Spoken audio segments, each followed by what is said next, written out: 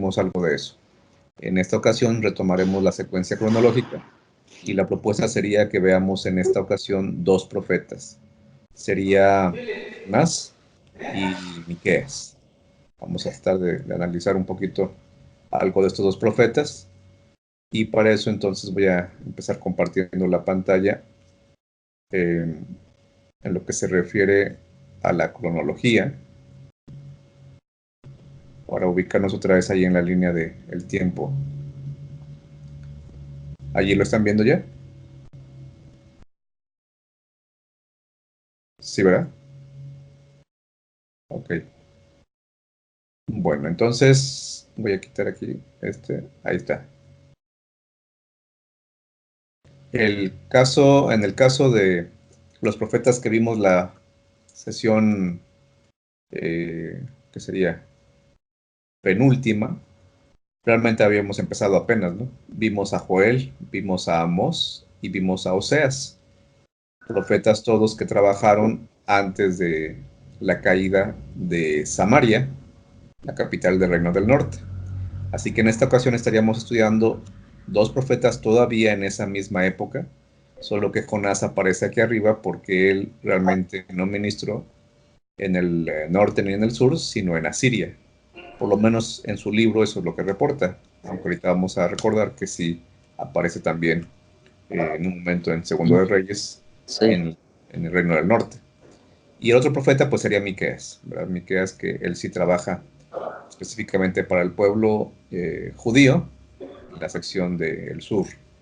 Vamos entonces a hablar un poquito de estos dos profetas y para esto hagamos un repasito, les decía, cosas básicas de Jonás, que están en el material que ya conocen en dónde encontrarlo.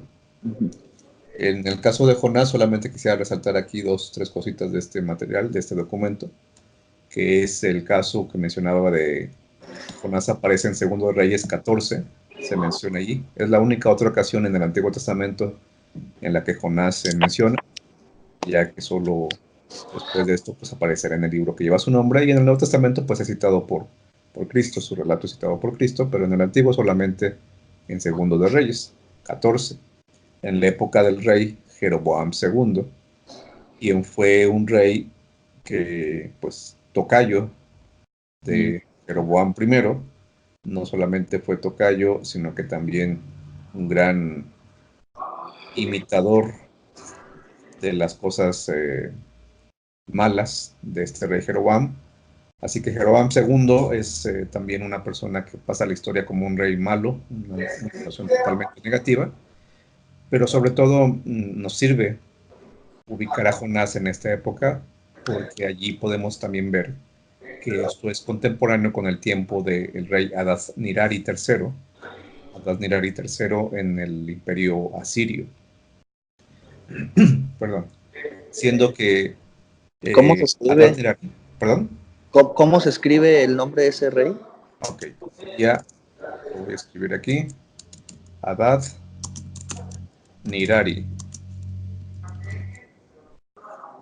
Este es rey de Asiria. Sería un contemporáneo entonces de Jeroboam II y contemporáneo por lo tanto también de Jonás. ¿Por qué es importante ubicar a este rey? Porque en los escritos asirios hay reportes de que durante la monarquía o durante el reinado de Adad-Nirari hubo una reforma espiritual al grado de que se puede rastrear un poco de monoteísmo, o por lo menos un despertar espiritual muy importante en Asiria, que no era igual a lo que estaba sucediendo normalmente en el politeísmo asirio.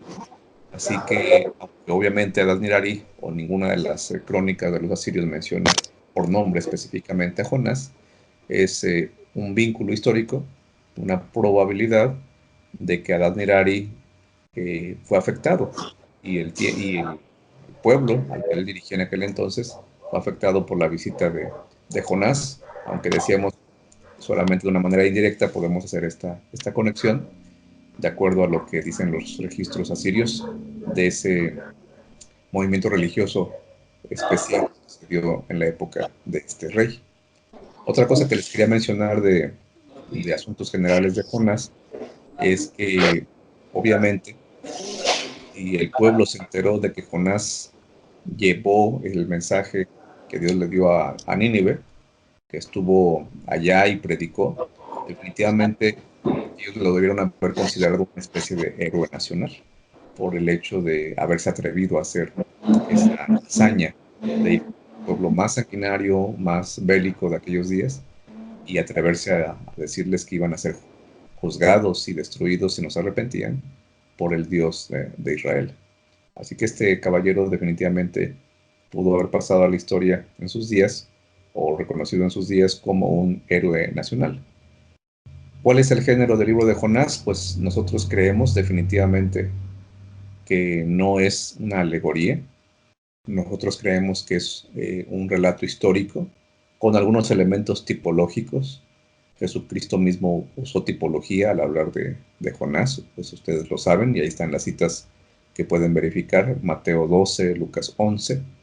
Pero también esto nos sirve para recordar que aún el hecho de que Jonás haya sido tragado por un pez, un gran pez, como le llama la Biblia, no es un asunto que no se pueda comparar con algo histórico, ya que hay evidencia, y ustedes pueden buscar los relatos específicos en el libro de Gleason Archer, no sé si esto ya se los había mencionado en algún momento allá en Navojoa, pero hay un libro que se llama Reseña Crítica del Antiguo Testamento.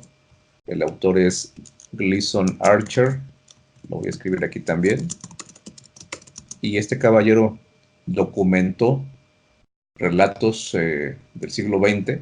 Gleason Archer ya falleció, él vivió en el siglo XX, y en su libro él documentó relatos verídicos, relatos comprobables de gente que fue tragada por ballenas, en este caso, y que lograron volver a la vida, en el sentido de que fueron encontrados en el vientre de esas ballenas que en su momento fueron cazadas, y entonces al abrir, al tratar de, pues al hacer el trabajo de los pescadores, ¿verdad? Con esas ballenas que habían encontrado, se dieron cuenta que adentro del vientre de ellas venían dos caballeros en cada caso diferente, ¿verdad?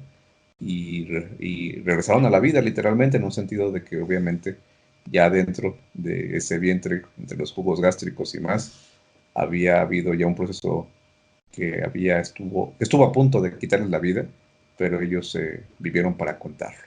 Así que si ustedes quieren saber más sobre eso, pues ahí les dejo esa referencia y seguro que pueden buscar también en otros lugares en referencia a la veracidad histórica de lo que puede pasar cuando un gran pez eh, se encuentra por ahí a un hombre, a un ser humano, y lo lleva a su estómago.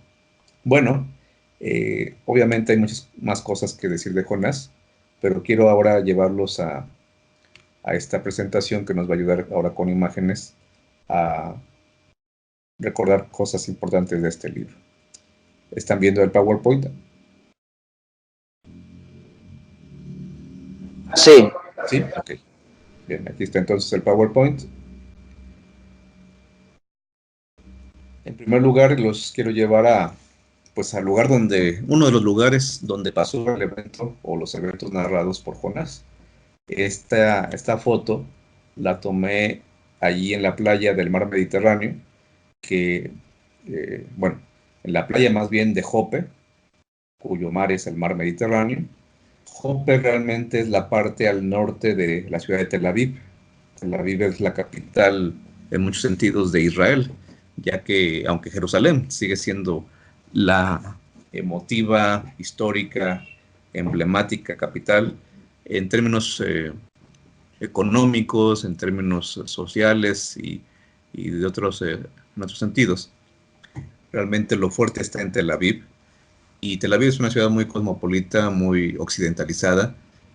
Es un lugar turístico, por supuesto, como pueden ver ahí la zona hotelera, pero en la parte, sería la parte más al sur de la ciudad, está una sección antigua, una sección vieja, como en algunas ciudades, en algunas islas, no sé, algunas que pudiéramos recordar, tal vez Cuba, Puerto Rico, esos lugares en donde hay una ciudad moderna, pero en otra zona está esa ciudad antigua, me refiero a ciudades con mar, y entonces así sucede acá, y esa ciudad antigua pues es Jope, esa ciudad es donde, recuerden ustedes, el gran pez arrojó a Jonás, y ahorita vamos a regresar a ese asunto. Pero otra cosa que quiero mencionarles aquí, nada más que ya saturó el PowerPoint. Déjenme ver que reaccione. Aquí está. Otra cosa que quiero mencionarles o ilustrarles, déjenme hago más grande la imagen para que la aprecien más y así no batallar con la... Aquí está.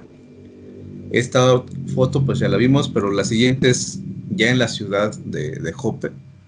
Si ustedes se dan cuenta, no hay mucho realmente que diga eh, esta ciudad específicamente sobre Jonás, pero llama la atención el entrar a esta fuente, esta ballena, que los locales te dicen es un recordatorio de todo lo que se ha hablado o se ha creído acerca de la tradición y de la persona de Jonás.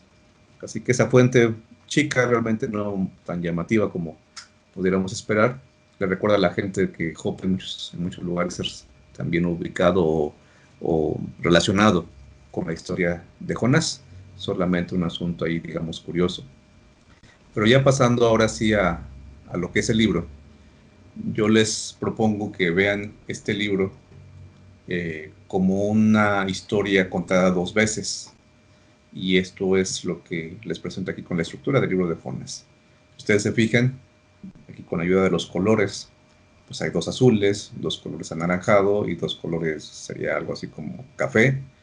Y al final queda un color más verdecito, que ahorita vamos a explicar porque queda suelto, queda solo.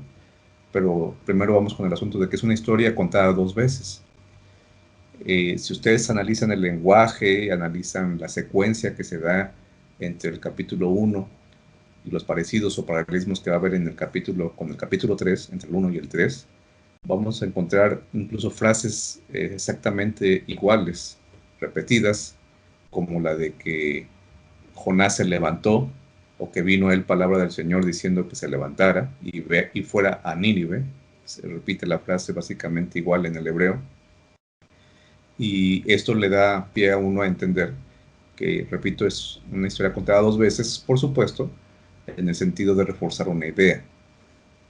Los personajes varían un poquito, porque en primer lugar, en el inciso B, Jonás testifica a los pescadores, mientras que en el inciso B de la segunda parte, ahora testifica a los ninivitas. Pero en ambos casos también hay una oración. Jonás ora agradecido por ser liberado por Dios y después ora resentido porque Dios liberó a los ninivitas. Entonces hay muchos paralelismos entre ambas secciones del libro y el único punto que no tiene paralelismo pues es el de la lección divina, porque el final de Jonás es un final sumamente raro en relación o en comparación con los demás profetas y tal vez los demás libros de la Biblia, pero en general con los profetas.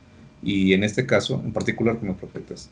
Y en este caso, la lección divina la deja Jonás abierta para que el lector de este libro pueda encontrar realmente cuál es la lección y aplicarla personalmente en cada caso. Si ustedes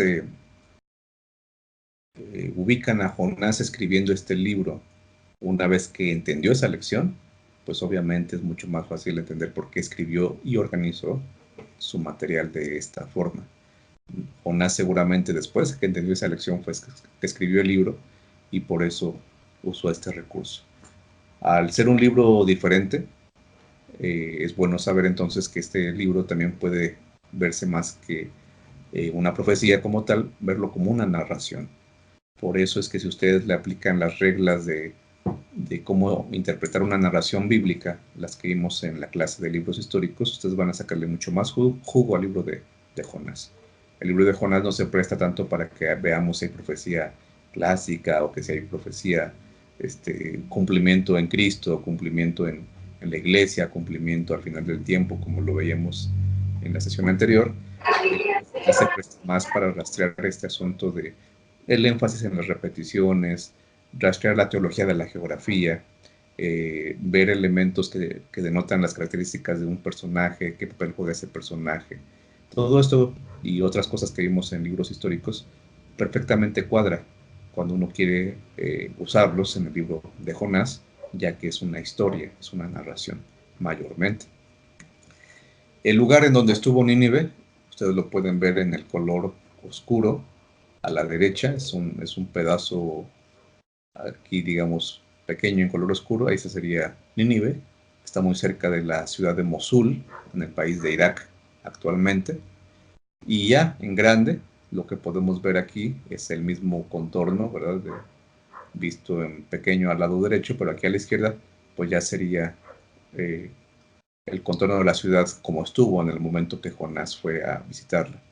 Llama la atención que hay un lugar allí en esta zona, en las ruinas, que se llama Nevi Yunus, que tiene que ver entonces con un homenaje a Jonás, un recordatorio de Jonás.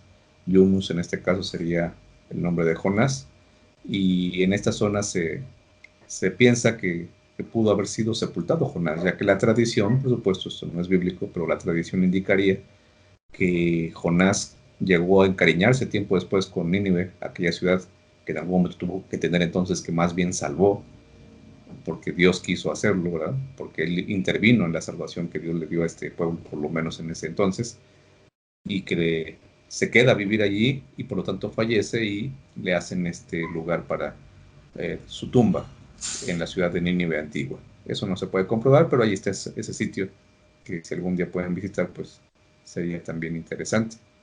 La ruta que siguió Jonás, pues 800 kilómetros aproximadamente. Esto en algún momento creo que también ya lo compartimos en la clase de arqueología. Y ahí están las ruinas y algo de la reconstrucción de lo que pudo ser las murallas de Nínive. En esta parte conviene recordar que la palabra Nínive es una traducción de la palabra Ninua, que a su vez es el nombre de la diosa Ishtar, aquella diosa de la guerra, que le dio nombre también a la puerta donde seguramente caminó o por la cual pasó Daniel y sus amigos. Pasaron Daniel y sus amigos cuando fueron llevados a Babilonia. Es decir, es la misma deidad, pero con la versión ninivita, esa diosa de la guerra, que cabalgaba, si ustedes recuerdan, aquí aparece la imagen, sobre un león.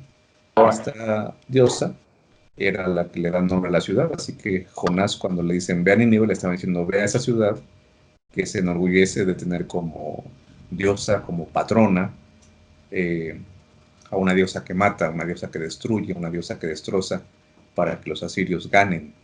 Y obviamente Jonás, al saber que iba para allá, seguramente esto le ocasionó cierto estrés, cosa que ninguno de ustedes conoce, ¿verdad? Pero al final de cuentas podríamos imaginar que es eso. En el caso de, bueno, los asirios fueron gente muy bélica, muy sanguinaria. Hablamos en otro momento ya de Jehú, que se postró delante de de un rey asirio, en este caso Salmanasar. Así que esto no es del tiempo de Jonás, pero solamente recordando que los ninivitas tuvieron varias escenas, compartieron varias veces el escenario en la historia con el pueblo de Israel. Y finalmente, aquí en cuanto a la historia, bueno, no finalmente, pero sí algo de historia, algo más de historia, podemos recordar que todo esto pasa entonces aproximadamente en el año 780 a.C., pero es interesante ver que Samaria caerá en el 722 a manos de Asiria.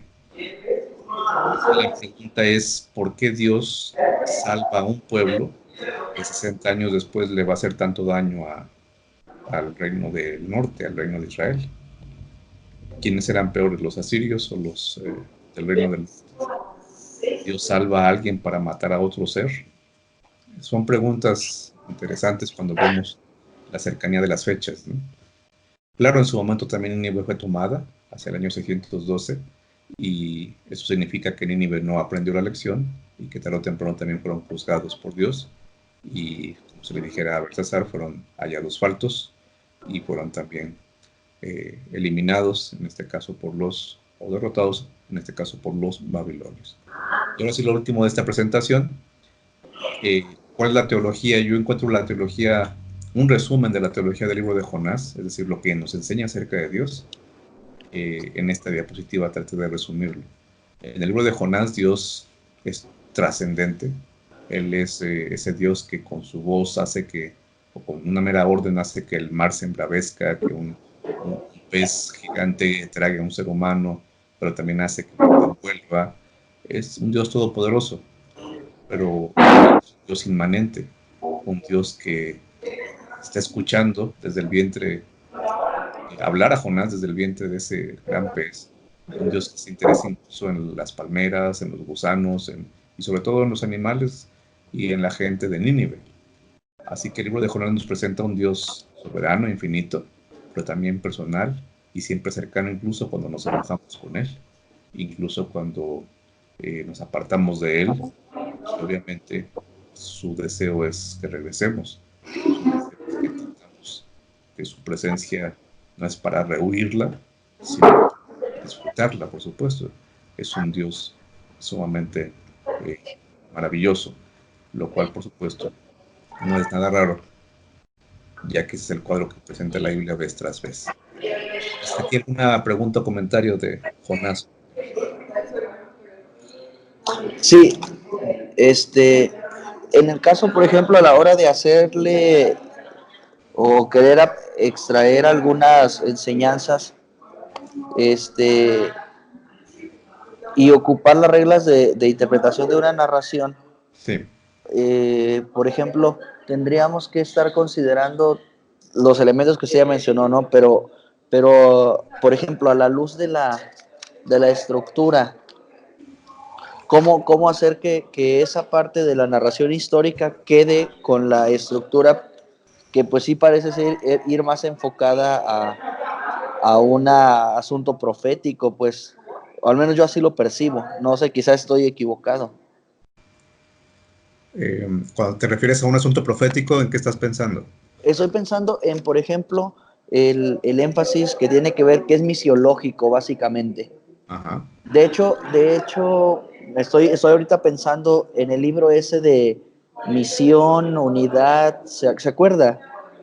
Que hay un capítulo que lo dedican a la misión en el Antiguo Testamento y hacen un repaso Sí. desde, pues de Génesis 3:15, pasan por Abraham, en fin, y en un elemento, el libro se detiene en Jonás y dice, bueno, es que el libro es misiológico, o sea, Ajá. y por lo tanto tiene un énfasis profético, ¿no? Para nosotros. No pasa nada, ¿verdad? A la hora de utilizar las herramientas para los libros históricos, aplicárselos al libro de Jonás. O sea, Sí, no hay yo creo que ningún... simplemente sería la forma en la que está vestido ese énfasis, ¿no? El énfasis en la misión, el énfasis en esa tarea profética que tenemos de decirle a la gente que Dios quiere aún a los ninivitas. Ese mensaje está allí, solo que Jonás decide, bajo la inspiración divina, ponerlo en traje de narración, ponerlo en traje de historia, lo cual no hacen los demás profetas. Los demás profetas lo ponen en traje de poesía, lo ponen en traje de oráculo o de juicio divino, lo ponen en términos de un pacto, ¿no? De mucho lenguaje de Deuteronomio, mucho lenguaje legal incluso, lenguaje Sí, forense, pero Jonás decide el poner otro pacto. traje, correcto. Jonás decide poner otro traje, por eso lo hace diferente. Su aportación singular es la de vestir ese mensaje que acabas tú de mencionar, pero con un traje de narración, de historia. Por eso es que se le pueden aplicar estos elementos o estos principios de análisis, de interpretación de una historia, sin que esto afecte el objetivo más profundo, más de mayor alcance del libro. ¿No? No está Sí. peleado una cosa con la otra. Y es que está muy interesante porque cuando aplicamos las reglas de los libros históricos a Jonás, es clarito, o sea, por ejemplo, él descendió, él se levantó, Sí. lo que ahorita usted mencionaba, cuando los vemos ahí actuando y haciendo su parte, no, es prácticamente es un libro histórico. Sí, hubiera cuadrado perfectamente si estuviera entre los libros de Reyes, ¿no? Uno diría, pues, ¿por qué no vimos este libro en la clase de libros históricos? Sí. O ¿por qué no está ahí ubicado, no? En muchos sentidos podría quedar ahí sin ningún problema, ¿no? Fíjese, rapidito, me gusta mucho lo que Elena White dice sobre el libro, bueno, sobre Jonás específicamente, Sí. porque en más de una vez siempre hemos dicho, no, pues que Jonás tuvo miedo o esa parte que pues sí tiene sentido, pero me llama mucho la atención lo que Elena White comenta en esos vislumbres que ella tiene muy interesantes, donde dice, Jonás no quería ir porque sabía que no le iban a hacer caso, por lo tanto iba a perder algo, su reputación como profeta. Entonces, al perder su reputación como profeta y las cosas no sucedieran, y por eso mismo se enojó, dice, porque él profetizó que iba a caer fuego del cielo, pero no cayó. Entonces, su reputación como profeta iba a quedar muy manchada en Israel. Y eso me llamó mucho la atención ahí creo que es Profetas y Reyes, ¿no? Profetas y Reyes. Y lo cual cuadra perfectamente otra vez con una historia, porque en una historia es que se resalta el carácter de los personajes, ¿no? Exacto. Entonces, el saber que Jonás tenía ese problema o esta situación, esa lucha en su mente y en su ego, al final de cuentas, nos habla de que se resalta más en este libro eso, el carácter, el proceder de los personajes, sus acciones, y se pueden analizar con esa herramienta que sería el análisis literario de una narración, ¿correcto? Bueno, entonces cerramos con Jonás, ahora con esta otra, voy a poner otras imágenes que también pueden ser útiles aquí en lo que estamos viendo. A ver, como que aquí, para compartir, aquí está, compartir pantalla, aquí está. Esta es otra toma, muy mala por cierto, me dando cuenta que quedó muy borrosa esa foto, pero es la playa de ahí de Jope, mar Mediterráneo al fondo. Esta es la placita central allí en Jope. Y uno es, bueno, en este caso yo fui solo, no iba ningún guía. Nos dieron un día libre y entonces aproveché para ir a conocer este sitio. Me fui caminando desde el hotel a esta zona. Y el punto es que la gente realmente iba todos a un mismo lugar y me llamó la atención y pues obviamente lo seguí. Y este lugar está, digamos, en la parte más alta de Jope, una especie de son las escaleras para llegar a este sitio.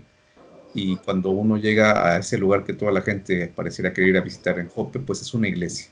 Nada antigua, realmente no muy antigua, es una iglesia realmente moderna. Pero esta iglesia es famosa no por Jonás, sino por lo que vamos a ver a continuación. Esta iglesia se construyó en honor de Pedro, porque Pedro también estuvo en Jope, de Sí. acuerdo a Hechos 10. Aquí lo que entonces quiero sugerir es que el libro de Jonás tiene una relación intertextual con el relato de Hechos 10 en el Nuevo Testamento. En ambos casos hay una labor que cumplir, una labor evangelística que cumplir con gente que muchos podrían decir no vayas con ellos, no merecen recibir el mensaje de Dios. Nínive por el caso de Jonás o en el lado de Jonás, y en el caso de Pedro, pues Cornelio y su familia, al final de cuentas gentiles y soldados romanos, o por lo menos tener que ver con la milicia de los enemigos, el imperio que lastimaba y que destruía, al igual que Asiria. Hay muchos paralelismos pues entre la historia de Jonás y la de Pedro, pero también un gran contraste, que Pedro, aunque también batalló para ir, aparentemente fue mucho más rápido que Jonás. Sin embargo, esto no quita la intertextualidad, porque recordemos que la intertextualidad debe tener tres características para saber que está allí presente. Debe haber palabras en común, términos en común, y obviamente esto se da en las historias. Debe haber también temas en común, y ya vimos que por supuesto hay dos temas muy hablados en los relatos, y el caso de la estructura, que se presente una misma secuencia de eventos o que la forma en la que esté ubicado este relato se parezca a la forma en la que está ubicado el otro relato en sus respectivos libros. Y esto sucede también, se puede aplicar con Jonás y con Pedro. No querían ir. ¿Perdón? No quería ir Pedro. Correcto, también se rehusó al principio. De hecho, les pidió que se quedaran una noche, ¿recuerdas? Sí. Se oraba más al respecto. Sí, hay muchos paralelismos en ambos. Interesante. Tal vez la gran diferencia es que Pedro regresa y cuenta todo esto, ya con el informe que le da a la iglesia, ¿no? A los que le preguntaron cómo le había ido con los gentiles. En su momento él da ese informe de decir, Dios me enseñó que no debo llamar común a los que él ya purificó, a los que él ya llamó, todo esto, ¿no? Que incluso lamentablemente algunas personas cristianas lo aplican malamente al asunto de la alimentación por la visión que tuvo, ¿no? El sueño que tuvo de los animales, todo eso. Pero el relato es sumamente parecido, y aunque Jonás no escribe esa enseñanza, decíamos que él decidió terminar su libro de manera distinta, estoy prácticamente seguro de que él aprendió básicamente lo mismo, ¿verdad? Él aprendió que aún los ninivitas no podían ser exentos, no podríamos nosotros, no somos quien para evitar que los ninivitas reciban el mensaje que Dios quiere darles. Puede llamarse Adad Nirario, puede llamarse Cornelio, Dios quiere salvar a todo el mundo. Y a pesar de Pedro y a pesar de Jonás, Dios alcanza a la gente. Así que ahí hay también cosas interesantes para seguir ampliando en nuestro estudio de Jonás, en este caso comparado con Pedro.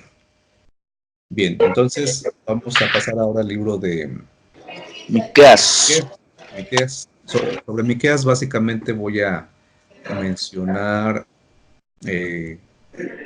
dos cosas. En Miqueas quiero resaltar el asunto de lo que vimos en una sesión anterior, de buscar la relación del nombre del profeta con su mensaje teológico, buscar esa relación entre cómo se llama el profeta, el autor del libro, y el mensaje principal. En el caso de Miqueas, su nombre significa ¿quién es igual a Jehová? Es una pregunta. Es como muy parecido al nombre de Mijael, ¿no? De Miguel en español. Mijael, recordamos, es mi, siempre es una partícula de pregunta. Por lo tanto, si ponemos mi al principio es porque va a empezar una pregunta. Entonces, Mijael o Miguel es quién es igual a Dios. Miqueas significa quién es igual a Jehová. Lo que cambia es la terminación, Jehová, Dios. En el caso de Miqueas se está refiriendo al nombre de Jehová. O ya, como lo Ya. sería en hebreo, ¿no? Ya, la Y, la A y la H. Aparecen en los salmos. En español. Entonces, Miqueas su nombre hace esa pregunta, ¿verdad? ¿Quién es igual a Dios? Y si nos vamos al final del libro de Miqueas, allí está la respuesta. Miqueas literalmente pregunta quién es como ese Dios, y nosotros mismos como lectores podemos encontrar claramente la respuesta. Miren lo que dice Miqueas 7:18. ¿Qué Dios hay como tú? Para que puedan darse cuenta que aquí está mi. Mi. Entonces, ¿qué Dios o quién es el Dios como tú? Él. Exactamente, aquí sí está hablando de él, ¿verdad? Jehová y Dios para él, pues son el mismo ser, el mismo personaje. Claro. Entonces, ¿qué Dios hay como tú, que perdona la maldad, olvida el pecado del remanente de su heredad, que no retuvo, lo estoy parafraseando un poquito, que no retuvo para siempre su enojo, porque se deleita en la misericordia? ¿Qué Dios hay como ese? Él volverá a tener misericordia de nosotros, sepultará nuestras iniquidades, echará a lo profundo del mar todos nuestros pecados. Mantendrás tu fidelidad a Jacob y Abraham tu misericordia, tal como lo juraste a nuestros padres desde tiempos antiguos. Y así Y aunque termina el no nos da la libro. respuesta, sabemos cuál es. ¿Quién puede hacer eso? Wow. Solamente Dios. Solo Dios puede y es capaz y desea hacer eso con el Israel de antaño y el Israel de hoy. Así que Miqueas, en resumen, al principio nos hace una pregunta con su nombre. ¿Quién es igual o semejante a Jehová? Y al final tenemos que responder con lo que él resume en el capítulo 7. Nadie, nadie es igual a Jehová. Nadie Wow. estaría dispuesto a hacer lo que él hizo por el Israel de antaño y lo que está dispuesto a hacer por el Israel de hoy. Allí está ese punto. Ahora, algo rapidito aquí, ya que estamos en el versículo número 17. No, 19, perdón. 19. No recuerdo si esto lo vimos en alguna clase de pensamiento teológico, tal vez, pero es bueno recordarlo, porque este versículo muchas veces ha sido mal interpretado y obviamente entonces también mal aplicado. En muchos púlpitos, aunque obviamente no puedo saber cuántos ni cuáles, pero estoy seguro que en muchos se ha predicado que este versículo tiene un cumplimiento actual, un cumplimiento en el presente. Sin embargo, tanto en el hebreo como en el español, en ningún momento está hablando de una acción presente. Él volverá a tener misericordia, eso es futuro. Sepultará nuestras iniquidades, futuro. Echará a lo profundo del mar todos nuestros pecados, es futuro. Sin embargo, en la aplicación, muchas veces se ha escuchado, y lamentablemente creo que se seguirá escuchando, que algunos piensan que eso significa, o lo interpretan así: Él tiene misericordia de nosotros, sepulta nuestras iniquidades y echa, o ya echó, incluso podría ser en pasado, y ya echó a lo profundo del mar todos nuestros pecados. Esto no tiene nada que ver, lo que voy a decir a continuación, no tiene nada que ver con el supremo amor y la inmensidad que hay en el perdón de Dios hacia el ser humano. Si confesamos nuestros pecados, Él es fiel y justo para perdonarnos. Eso es un hecho. Lo que voy a decir no tiene nada que ver con ir en contra de esas verdades bíblicas. Lo que quiero decir es que este versículo no enseña que ya nuestros pecados fueron olvidados. Este versículo no enseña que ya nuestros pecados fueron echados para siempre a lo profundo del mar, como una metáfora de que jamás se sabrá más de ellos o jamás se volverá a saber de no tendrán ninguna implicación ya en la vida, porque han sido desaparecidos para siempre en lo profundo del mar. Eso va a suceder en el futuro, pero no ha sucedido. En el lenguaje de Miqueas encontramos aquí una alusión a lo que sucederá cuando caiga fuego del cielo, digamos. Es decir, a ese mismo momento, cuando el Señor acabe con el pecado para siempre. Y obviamente, ahora sí, nuestros pecados sean, como diría Roy Gain, este teólogo adventista, serán eternamente irrelevantes. Ahora sí van a ser eternamente irrelevantes. Pero por el momento que yo sepa, los adventistas creemos que nuestro pecado está registrado en algún lugar.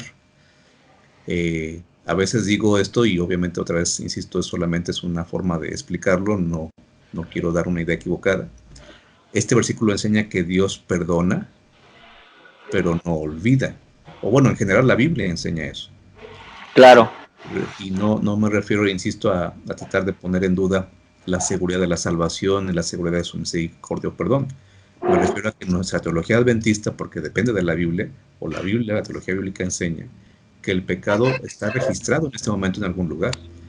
Y individualmente recibimos el perdón de Dios, así como una persona podría ir al santuario y ser perdonado cuando ofrecía un sacrificio.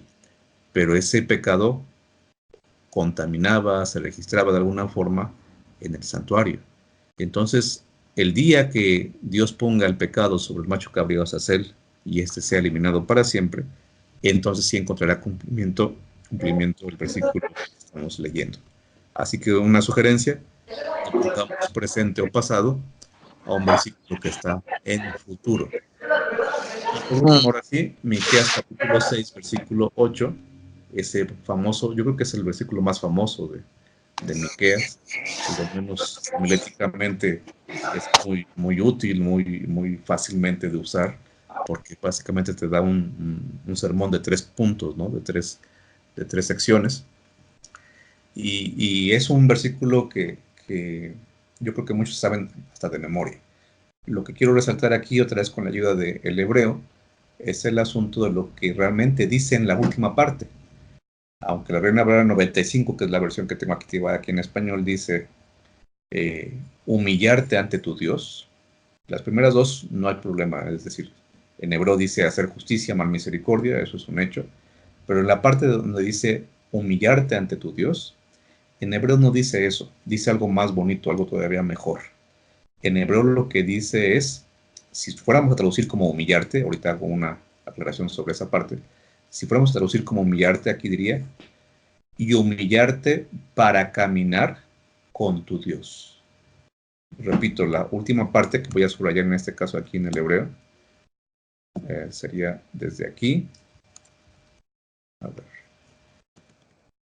Esta sección, que es lo que en español se traduce como y humillarte ante tu Dios. Repito, en hebreo no dice humillarte ante tu Dios, dice y humillarte para caminar con tu Dios. La idea aquí es que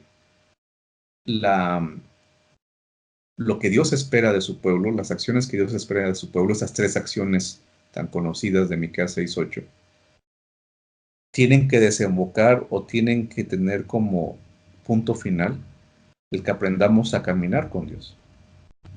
No es lo mismo decir, humillarte a tu Dios, tengo que hacer entonces darme golpes de pecho o trabajar más con este asunto de la humildad, porque a veces se me sube mucho el ego y me creo mucho, soy muy presumido, como a veces podríamos traducir el asunto de humillar o de interpretar este asunto, ¿no? Humillarte quiere decir que debo reconocer que yo no puedo, que Él puede, y eso también lo enseña la Biblia, pero no es lo que dice aquí Miqueas 6:8. Lo que dice Miqueas 6:8 en esta parte es que mi intención debe ser caminar con Dios, caminar con mi Dios.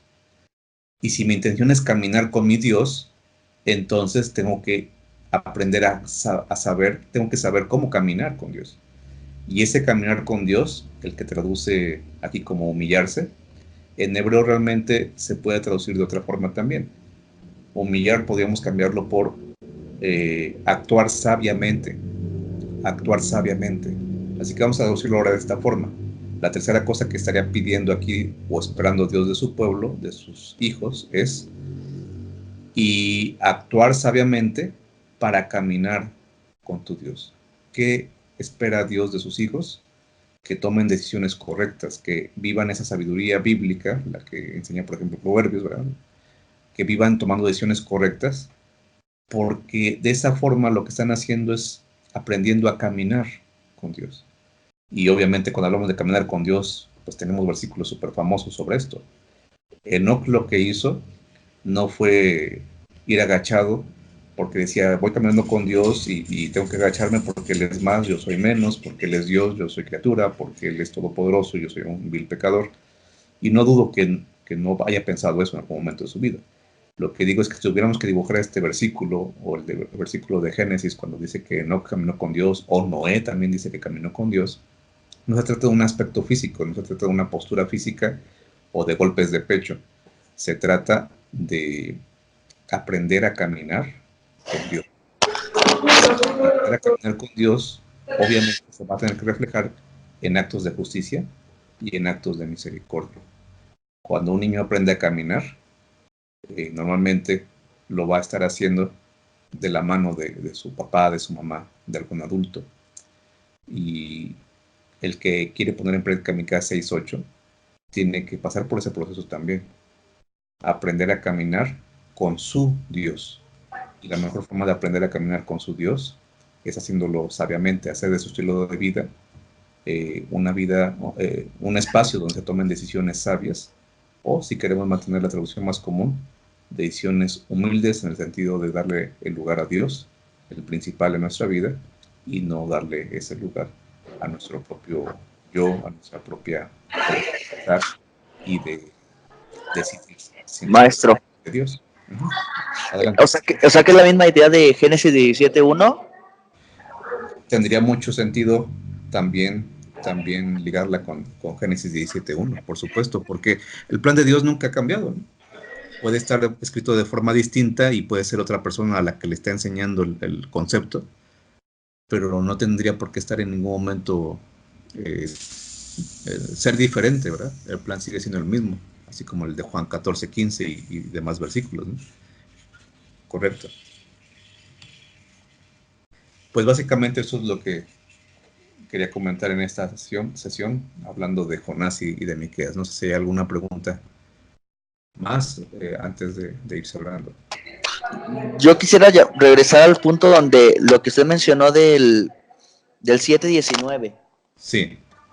Y justo mencionó a Gain, ¿no? Y pues ahorita la mayoría de los que estamos ahí leyendo, intentando estar al día con lo que van publicando, pues acaban de sacarlo en español, ¿no? El Sí, de Al sí. Tarkal.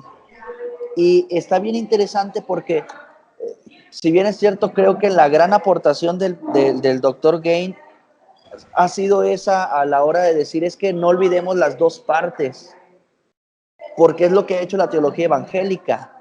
Y de hecho en el pacto, y me gustó mucho, y justamente creo que queda para comentarlo ahorita, el doctor Gain dice, es que en el nuevo pacto, al decir pondré mi ley en sus corazones, implica que ya no van a pecar. Dice, el problema es que aunque ya les perdonó el pecado sigue siendo relevante porque el pecado está en el santuario, tanto Sí. en el tiempo israelita como en nuestro tiempo. Sí. Entonces, no cometer ese error de decir, ya está la ley en mi corazón, ya no peco. No, somos perdonados. Lamentablemente vamos a seguir pecando humanamente, pero la gran cosa, y creo que eso es lo precioso de la teología adventista, es ese pecado que lamentablemente mancha el cielo, tiene solución. Sí, correcto. Y el único que puede solucionarlo es ese Dios cuyo carácter y forma de actuar no tienen, no tienen algo igual, ¿verdad? No tienen nada semejante. Es el Dios que presenta a Miqueas. ¿Quién como tú? Solamente Él. No hay nadie más. Correcto. ¿Nos abandonaron los demás compañeros? No, ahí está el David Arim. Nada más se ve el botiquín ahí. ¿Qué es eso? ¿Qué es? Como un botiquín, ¿no? Sí, pues quién sabe, pero ahí está, Felipe. ahorita se asomó. Felipe como que no sé, pero sí, él sí se fue desde hace ratito. Ok, Cuando terminamos Jonás, él se fue. ok.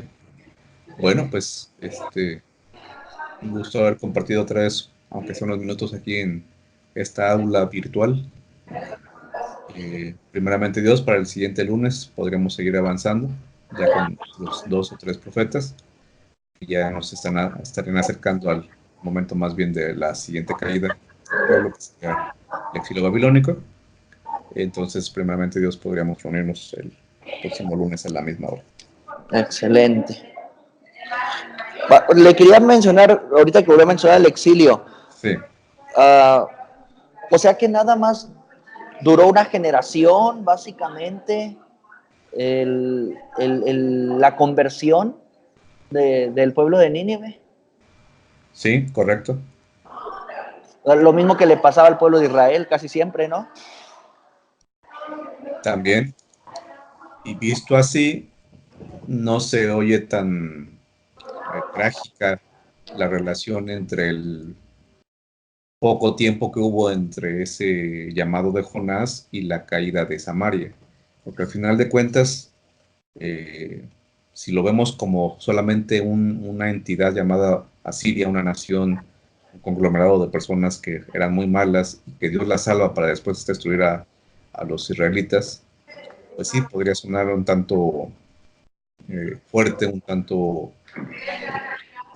difícil de concordar con nuestro concepto del carácter de Dios. Pero cuando vemos que al final de cuentas Dios trabaja a nivel individual, había gente en esa generación a la que por supuesto él quería salvar, y en todas las generaciones ha habido gente a la que él quiere salvar, pero esta generación fue la que hizo caso, digamos, o la que estuvo dispuesta a hacer ese caso, esa atención, y Dios la salva. No tenemos evidencia de otros profetas que hayan ido a predicar a Nínive, pero definitivamente tampoco podremos negarlo si somos frecuentes o si hacemos caso a la congruencia del carácter de Dios a lo largo de la historia. Esta quedó registrada tal vez por el éxito que hubo y por la intención que Dios tiene de dejarnos este libro, pero es evidente que hay gente que en su momento aprovecha las oportunidades y otras no.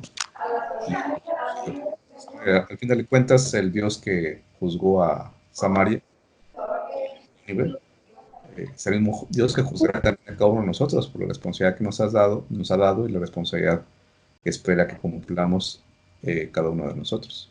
O sea, maestro, que el cumplimiento, por ejemplo, de las profecías de Isaías, que si bien es cierto son locales, pero hablan de que el mensaje de Jehová llegaría o la salvación de Jehová llegaría hasta Siria, ¿podemos ver ese un cumplimiento de alguna manera en Jonás? Sí, sí, es que mencionar a Siria, independientemente de la fecha, al igual que mencionar Egipto o mencionar a Babilonia, a los profetas les encantaba usar esos nombres no solo porque eran naciones conocidas por su maldad, por su poderío, sino porque al final de cuentas nos hablaban de ese Dios que quiere salvar a uno de los que menos pensaríamos nosotros, ¿no? Entonces sí, la profecía en este caso no sería, no podríamos decir que exactamente se estaba pensando en Jonás por el asunto cronológico, ¿verdad? Claro. Isaías escribe esto después del evento de Jonás, pero Asiria seguía siendo tan rescatable y tan necesidad de rescate como Babilonia o en su momento cualquier otra nación pagana que, que Dios también quería alcanzar con la salvación. O sea, que sí había un trasfondo misional, o sea, no era, porque muchos han llegado a decir que Isaías, cuando habla de que el mensaje, o sea, la salvación de Jehová iba a llegar a otros pueblos, no la teología adventista, o sea, la teología adventista ahí en unidad misión es clara, pero sí otros teólogos, sobre todo evangélicos, han dicho, no, pues se refiere a ellos nada más, o sea, no se refiere a que realmente ese era el plan, el objetivo de Dios para Israel. O sea que Isaías al decir eso en sus libros, en sus discursos, porque primariamente los Isaías fueron discursos, tengo entendido, el pueblo entendía que realmente Dios sí quería llevarles a Jehová o quería ir a los otros pueblos. Sí, sí, definitivamente lo entendía. Isaías es tal vez el más claro. Recuerda que Isaías incluso habla de que el sábado lo iban a guardar también los gentiles. Sí. El mensaje, muchas veces se ha tratado de encasillar que la misión en el Antiguo Testamento era, ¿cómo es esto? Ayúdame, o ayúdenme con este asunto de la física. A mí se me revuelve. Lo centrípeto y lo centrífugo. ¿Cuál es la centrípeta? Sí, sí, ¿La de sí. hacia afuera adentro o de adentro hacia afuera? No, la trípete es adentro, nada más, ¿no? Aquí Algo tengo así. un profesor de física, Ajá. profe. A ver. ¿Cómo? Oiga, no les digo que Ah, los estamos escuchando, pues. ok. Un saludo, Pastor Alejo. Qué Sí, bendición estos temas. Yo estoy trabajando y escuchándoles, de verdad que qué bárbaro. Centrípeto adentro, ok. centrífugo afuera, ¿no? Afuera. Ok. Sí. Gracias, muchas gracias, profe. Sí, entonces se ha tratado de encasillar que el Antiguo Testamento, la misión del pueblo de Dios en el Antiguo Testamento solamente era hacia adentro, es decir, sería la centrípeta. Y que, es decir, que la gente tenía que ir, las naciones tenían que llegar a Israel, especialmente a Jerusalén. Y que ya en el Nuevo Testamento cambia, que ahora es centrífugo, que el asunto aquí es que la iglesia vaya hacia afuera, que la iglesia vaya a las naciones, y pues obviamente Hechos 1:8 es muy claro al respecto. Sin embargo, ese encasillar la misión como solamente hacia adentro en el antiguo y solamente hacia afuera en el nuevo, no habla de un Dios justo, no hablaría de un Dios cuyo carácter siempre ha querido salvar, es decir, sería casi un Dios como elitista en el Antiguo Testamento, porque si solamente estaba esperando que la gente fuera a Jerusalén, pues qué mal plan, ya que hubo momentos en los que nadie iría a Jerusalén más que para matarlos, ¿no? Para adueñarse de cosas valiosas, pero no porque pensaran que era un pueblo ejemplar en su forma de vivir su religión. Un pagano, un idólatra, un politeísta, tendría definitivamente, no tendría ningún problema en decir, bueno, yo tengo muchos dioses, pero le soy fiel a esos dioses. Pero si ellos se enteraban del monoteísmo de Israel y veían que ellos, a pesar de ser, según monoteístas, también estaban coqueteando bastante con el politeísmo, ellos dirían, por supuesto, yo por qué quiero ir a aprender de la moral de ese pueblo o de la religión de ese pueblo, que ni siquiera es capaz de su principio básico, ¿no? Entonces, si Dios hubiera dependido de Israel para que el plan fuera centrífugo en el Antiguo Testamento, hubiera sido, humanamente hablando, un súper mal plan, un muy mal plan, ya que Israel, repito, más que atraer, hubiera repelido o repelió en muchos sentidos a las naciones. El mensaje de Jonás yo creo que es representativo de todo lo que pudo haber hecho Dios en favor de la humanidad de aquel entonces. Así como este relato de... Oh, se me fue ahorita la idea. Bueno, cualquier relato del libro de los Hechos que nos hable de lo que pudo haber sido la predicación del Evangelio a los gentiles, sin embargo no fueron los únicos. O en el caso de Josué, era el otro ejemplo que quería mencionar, ¿no? Cuando Josué nos habla de las conquistas, de las ciudades conquistadas, no es porque fueron las únicas ciudades conquistadas. O cuando nos habla de la caída del pueblo en la ciudad de Ai, cuando hubo anatema, no es porque fue la única vez que se equivocaron o hicieron las cosas mal. Son relatos que se escogieron para hablarnos representativamente de muchas otras cosas parecidas que sucedieron, tanto positivas como negativas. La Biblia no contiene todo lo que pasó a lo largo de 4.000 años. Lo que sí nos dice es que hay escenas o relatos representativos de lo que pudo haber estado pasando en diferentes momentos, aunque ni siquiera sepamos los nombres o aunque ni siquiera sepamos las fechas exactas de lo que estuvo pasando.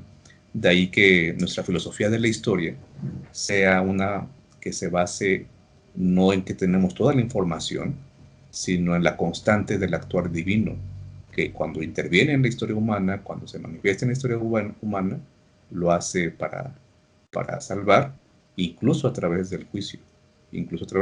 Pero ese ya es otro tema.